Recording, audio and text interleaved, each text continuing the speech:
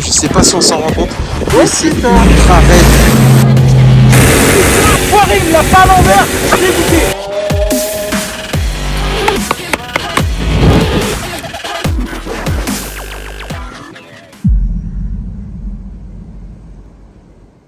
Bon, ça faisait longtemps que j'avais pas conduit un Fenwick. Ok, il y a un peu de casse, mais bon, c'est pas de ma faute. Les caristes qu'ils avaient chargés, ils avaient complètement pété la palette, elle était fendue en deux. Donc là, la vente des sapins, on a déchargé tout ça. Nice. Voilà, et le camion, il est ici. Je dors là, peinard. Et la vente, elle va se faire là. Donc voilà, c'est face à Carrefour. Tranquillement, donc je suis là pendant un mois. Ça va le faire. Salut. Sur le dernier épisode de la saison 1, une personne a laissé ce commentaire. Selon moi, c'est sûrement l'une des 5 choses les plus importantes sur cette terre pour contribuer à notre existence. Car l'arbre contribue au cycle de l'eau qui fait tomber la pluie, et la pluie nourrit les champs, qui eux nourrissent les hommes. Alors maintenant que nous avons conscience de ça, n'aurions-nous pas l'impression de vendre notre propre mère lorsque nous vendons un arbre? Selon moi, c'est à peu près pareil.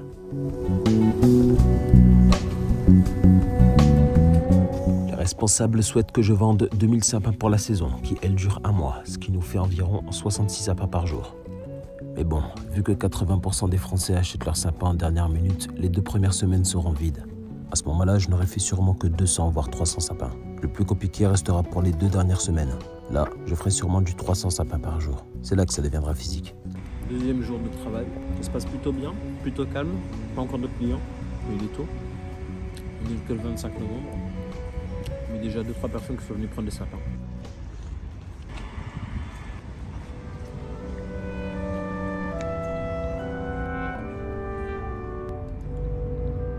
Et lorsque mon fils me demande avec une voix toute attendrissante « Papa, pourquoi tu n'es pas là à Noël ?» Je lui réponds que le Père Noël a besoin de moi, parce que le Père Noël dépose les sapins sous les cadeaux. Alors il faut que je vende des sapins à tous les parents de France pour que leurs enfants puissent avoir des cadeaux. Car l'élément oublié de la chaîne de Noël, ce n'est pas les lutins qui fabriquent les cadeaux, ce n'est pas les reines, ce n'est pas le traîneau, encore moins le Père Noël, mais c'est bien les vendeurs de sapins, mon fils. Tu sais, on ne parle jamais de nous, mais sans nous, Noël n'aurait pas le même goût. On travaille le bois toute la journée. On coupe, on taille, on bûche, on aiguise et on vend. Tout en restant en dehors, de 9h jusqu'à 20h, qu'il pleuve, qu'il neige, qu'il vente. Et certaines personnes nous demandent si on n'a pas froid.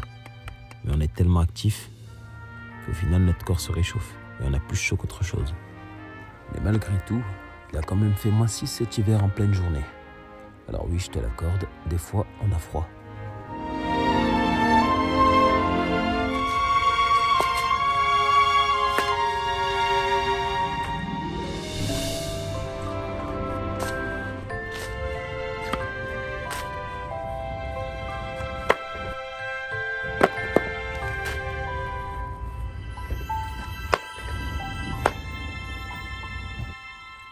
Voilà mon ami l'oiseau. Bon, étant donné qu'on est sur Paris, je l'appelle le Parisien. Lui, c'est un petit gourmand. Et je peux t'assurer qu'à chaque fois que je bûche un sapin, il est dans le coin pour en profiter. Les graines tombent. Et il fait que manger du coup. Il va se faire vomir. Je peux t'assurer qu'en un mois, ce petit bout a pris du poids. Le matin, un magnifique combi se gare près du grille du stand. Hasard au signe du bon Dieu pour me redonner la motivation du voyage. Prends-le comme tu veux. En tout cas, moi c'est exactement ce qu'il me fallait. Le job est bientôt terminé. Il va falloir prendre la route, démarrer et contempler. Mais j'ai tellement de galères avec ce van que je suis même stressé à l'idée de devoir prendre la route. Mais bon, gardons espoir, sans l'espoir, que serait l'être humain. Esthétiquement, que ce soit moche, je m'en fous, je t'avoue. Moi, le but c'est que ça tienne. Et cette fois-ci, j'ai pris du matos de tuyauterie, jusqu'à la colle. Alors il n'y a pas de raison que ça lâche. Bon, sauf la porte. Apparemment, Dieu donne ses plus grandes épreuves à ceux qu'il aime le plus. Je suppose qu'il doit m'adorer. Ça, c'était pas prévu de base. Je voulais juste filmer le matin quand je sors du van. Rien ne s'est passé comme prévu. Donc bon, c'est pas très grave. Bref, voilà, il fait beau. Voilà, il reste plus que 2 jours de travail. Il reste plus beaucoup de sapins. Voilà. Donc tout ça, c'est triste parce que du coup, tout ça, ça va être brûlé en fait. Ah, enfin sur la route. Un sentiment que j'avais perdu à force de rester stagné pendant un mois. Bon, il y a des trucs que je ne vous ai pas dit, mais la saison n'a pas été si simple. C'est du travail à répétition et je me suis fait 2 déchirures musculaires. Une à chaque épaule, et en même temps. Je suis resté un mois là-bas et tu dois sûrement te demander pourquoi je n'ai pas commandé la pièce du véhicule.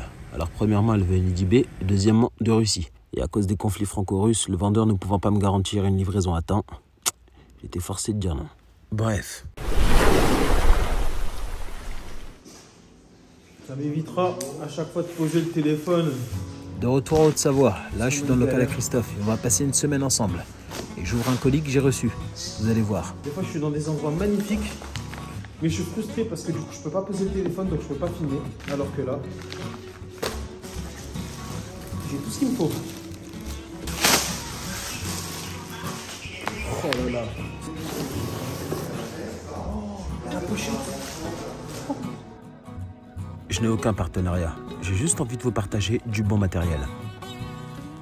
Moi qui fais de la randonnée, qui grimpe en montagne, pendant certaines périodes du bivouac, il me fallait un trépied qui tienne bien, qui soit solide et pratique et léger.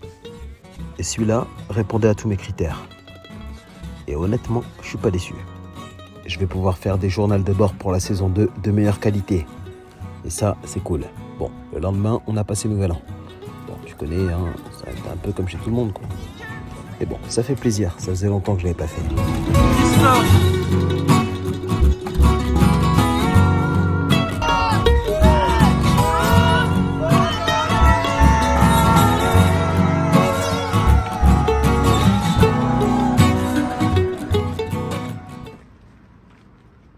Le lendemain, aucun mal de crâne. Quel plaisir. C'est ça quand on n'est pas dans l'abus. Et pour bien commencer 2023, je pense qu'une bonne connexion avec la nature sera parfaite. Je t'emmène dans mon petit coin de paradis.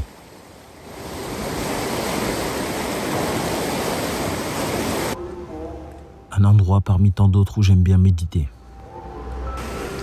Qui autrefois était accessible par un chemin de randonnée et plein de touristes l'empruntaient. Aujourd'hui, la nature a repris le dessus, alors seuls les plus passionnés s'y aventurent encore.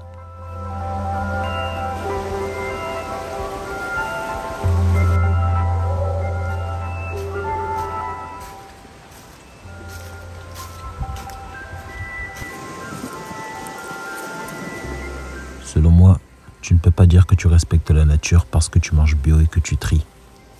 Ce n'est pas suffisant. C'est clair, c'est bien et respectable.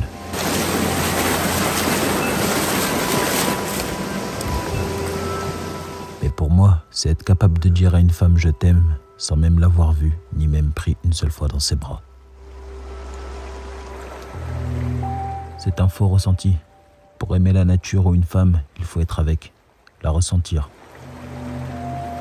Jusqu'à ce que ton corps et ta tête soient amoureux et que vous soyez liés par 2 choses, la force et la tendresse. L'eau est glacée et le plus dur, c'est les bijoux de famille. J'en ai tellement mal que je ne les sens plus, alors je vide mon esprit. Le froid me cristallise le corps. À force après d'y aller, le corps devient... Au final, après, t'as trop chaud dans l'eau. Là, j'ai froid, je vais en faire plusieurs allers-retours. Je vais finir par avoir surtout chaud. Le froid est tellement intense que tu ne sens plus, ça te brûle la peau. C'est vrai, le froid est tellement intense qu'à un moment donné, ton cerveau n'arrive plus à faire la différence si c'est froid ou si c'est chaud. Alors ça te brûle la peau. Et à ce moment-là, lorsque tu te touches la peau ou bien que quelque chose la frotte, tu as l'impression que tout est du verre. Une impression de se couper à chaque fois et de s'ouvrir la peau constamment. Tellement le froid est intense.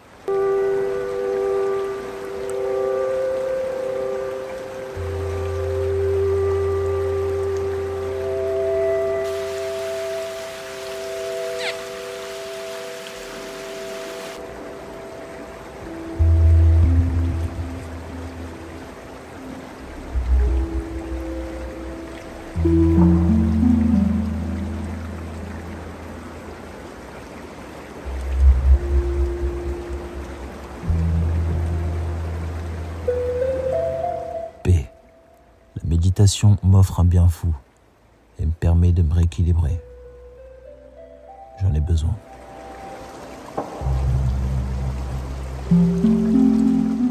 Le gros avantage d'être en montagne, c'est que l'eau est directement potable. L'eau est claire, translucide. C'est exactement la même eau que certaines personnes prennent la peine d'acheter avec leur carte bancaire. Sauf que celle-ci, il lui manque un truc. Une seule chose, c'est le goût du plastique de la bouteille.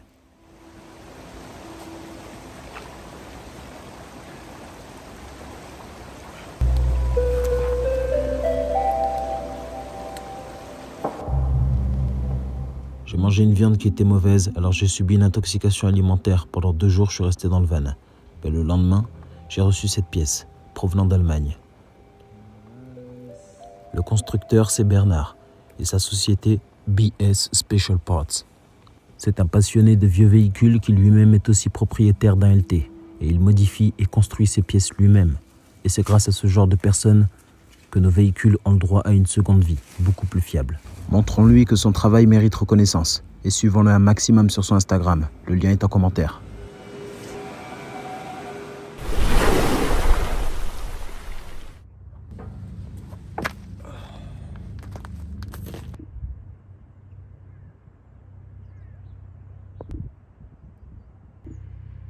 Qu'est-ce que tu veux que je demande de plus quand le ciel est bleu comme ça ?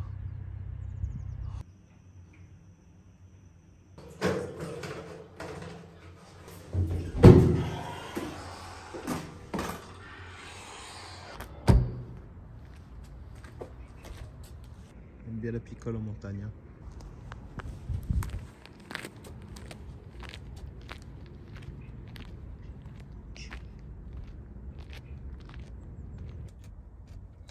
On va lui vider son eau là.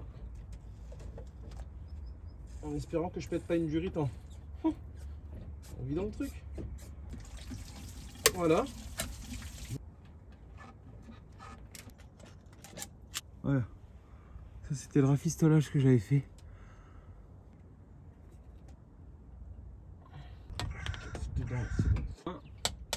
Ça c'est fait. On l'a réparé, on l'a fait enfin.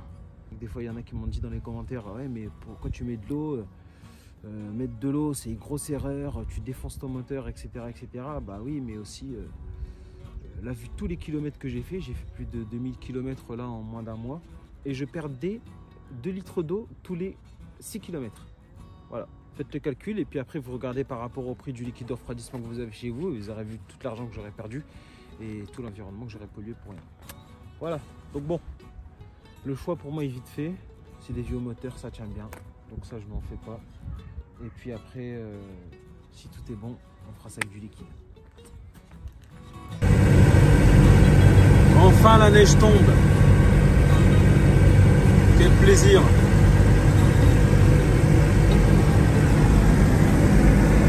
Ceux qui doivent être le plus dégoûtés, c'est les touristes.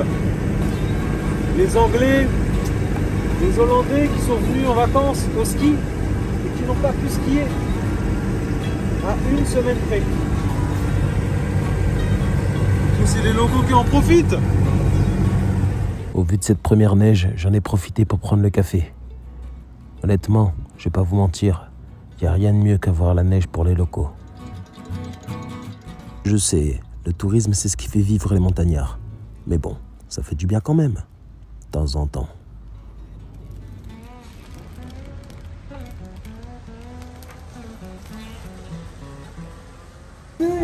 Une heure plus tard, je suis au local à Christophe parce qu'apparemment, il m'avait fait un cadeau. C'est quoi, mec? Oh, et qui paye? Je vais pouvoir jeter mon vieux matériel. Parce que il n'y a rien de pire d'avoir une caisse où il n'y a pas tout. Oh, excellent. Regarde, le jour où tu faisais à l'Apollo, voilà, ce qu'il te faut, tu n'y as pas. Ouais, c'est clair. Je me suis dit, ça se ferme bien, c'est de la bonne complet. cam. Une superbe caisse à outils Makita, complète et compacte. C'est tout ce qu'il me fallait pour le voyage. Parfait. En plus, c'est vrai, des enduits, on est taquet. oh la classe. Ah, il y a tout. Voilà. C'est vrai que c'est carré. Oh la qualité. Et moi, ma soeur m'a offert ça il y a longtemps. Et là, l'avantage, c'est que du coup, il y a tout dans un en fait. Ouais. Tu vois? On va faire ça il y a longtemps, j'ai toujours. Oh là là. Ça ne sert plus à rien. Oh. Quand tu as bricolé. Fucking bullshit américain. Après, les crises. Ah ouais, putain, ça. Je sais pas à quel point ça va me faire du bien. Parce que du coup, j'ai trop de boîtes. Mais c'est pour ça, l'autre jour, j'ai dit, bah Dans tiens. plein de trucs différents, tu sais, j'ai une boîte avec plein de trucs comme ça. Ouais. J'ai une boîte avec plein de trucs comme ça. J'ai une boîte. Oh. Et ça, l'autre jour, j'ai dit, bah tiens, les tournevis, comme ça, il faut mettre dans une boîte séparée. Ouais, voilà, c'est clair, carrément. Des gros trucs comme ça, je les ai pas. Ouais. Et de LT, il y a beaucoup de grosses pièces comme ça à démonter. Ah bah ouais. Donc c'est parfait quoi. Putain, Et là, après, il y a du feu qui me chie dans le bout. putain, avec ça, putain, c'est parfait quoi. La classe. Ah ouais, Le la tournevis, classe. petit tournevis. Je vais dégager tous mes trucs. Tata, je reçois un message, votre colis a été perdu. Ah, je sais putain, mais vas-y. Mais non. Bon, je viens de terminer le montage de la vidéo. Je fais tout le temps dans le van. J'utilise le lit parce qu'ici c'est une super bonne insonorisation. Donc pour faire les voix off, c'est parfait. Je suis content parce que j'ai enfin réussi à rattraper le temps de mes retards vidéo. Donc là c'est nickel. Je vous mets la date d'aujourd'hui parce que je sais pas quel jour on est. Mais là, je suis trop content, donc c'est bon et je vais travailler d'une autre manière. À chaque fois que je tourne quelque chose, je le monte le soir. Ça sera beaucoup plus simple. J'ai vu un mec qui faisait ça. Comment il s'appelle déjà? Celeste Grant, voilà. Donc moi, je vais lui piquer sa technique, ça peut être pas mal. Ciao.